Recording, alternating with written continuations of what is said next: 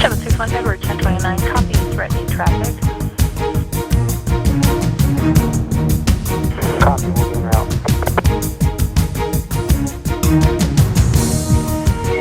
Edward 1029, if you could please respond to 2020 McNeil Street, Lakeview. Copy. If you still have roll on, give the ATO information first.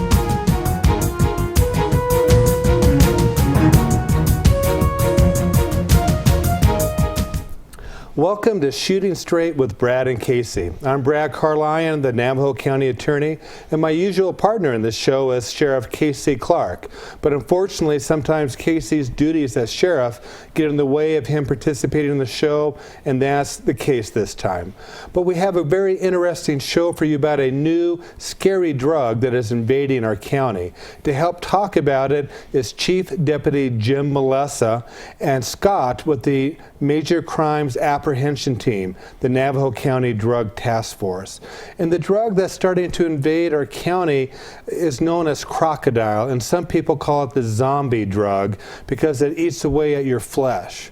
Jim, with your background in the DEA, when did you just first hear about the crocodile drug, and can you tell us a little bit about it? Sure. In about 2008, DEA noticed that this particular drug was becoming an epidemic within the country of Russia in its provinces. And literally, people were having arms amputated, limbs amputated, falling off, dying from severe infection. The drug itself has heroin-like properties, and that's what attracts people to it, because it has a codeine base to it. But the side effects are so traumatic and so immediate. DEA's position was this probably won't be a problem because people will look and see the trauma that goes along with this drug, but yet here today we find it in our county, we find it in our communities in the White Mountain.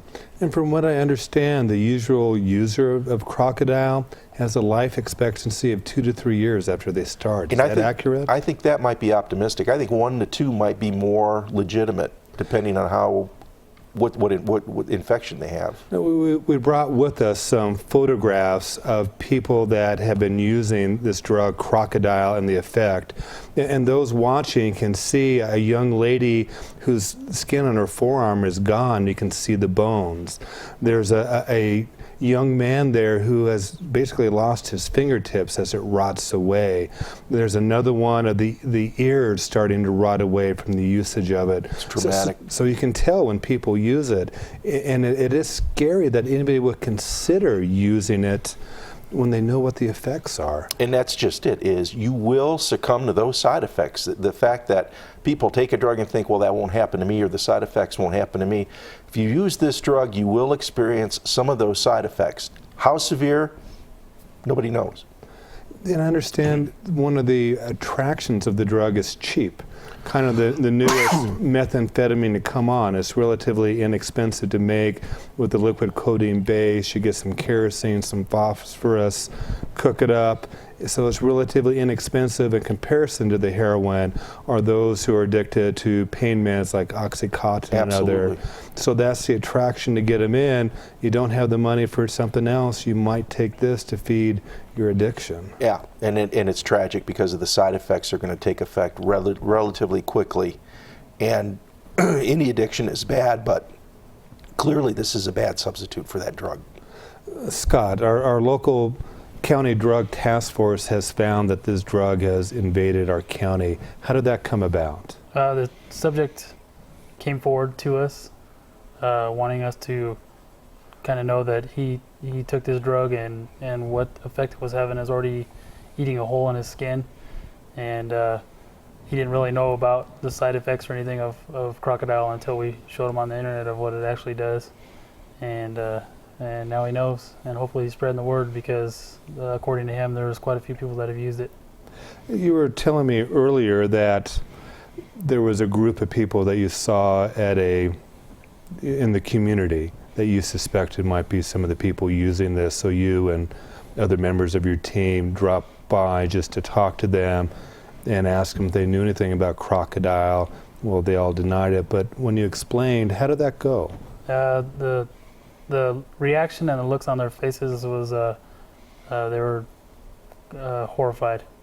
They had that look of horror on their face, like, like now they know what it can do and what's going to happen if they take it, or if they've already taken it, what's coming to them. So it's clear that they didn't have any clue what this drug really was or what the effects of its use were then. No, I just think they were taking it as a substitute for heroin, thinking they were getting a cheap high and not realizing what the side effects were. The person who first came up to you and made you and the other members of the task force aware of crocodile in the community, did you notice any sores or decaying skin on him? He did have a hole in his arm where he had shot up, where he put the needle in his arm, and there's already a hole growing in his arm, which he said he went to the hospital to try to get it taken care of, but they basically didn't know how to take care of it because they've never seen it before. So. And that's the key thing, is it's growing. So that wound is expanding, it's getting worse, it's consuming his body. And this is an open hole in his arm where a Band-Aid is not going to cover it. Didn't you run across one woman who had a Band-Aid across her neck? She had a large kind of gauze-looking patch on her neck, which I'm suspecting there's probably some kind of. So that's got to be traumatic in and of itself.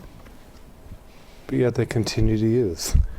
Yeah, and part of the problem is it becomes a fad. We see it in the Valley. The Valley came out with stories about this. We saw it. And we know from our experience, and as well as Scott and as well as folks in your office, if it's popular in the Valley, it's going to be popular in our community too.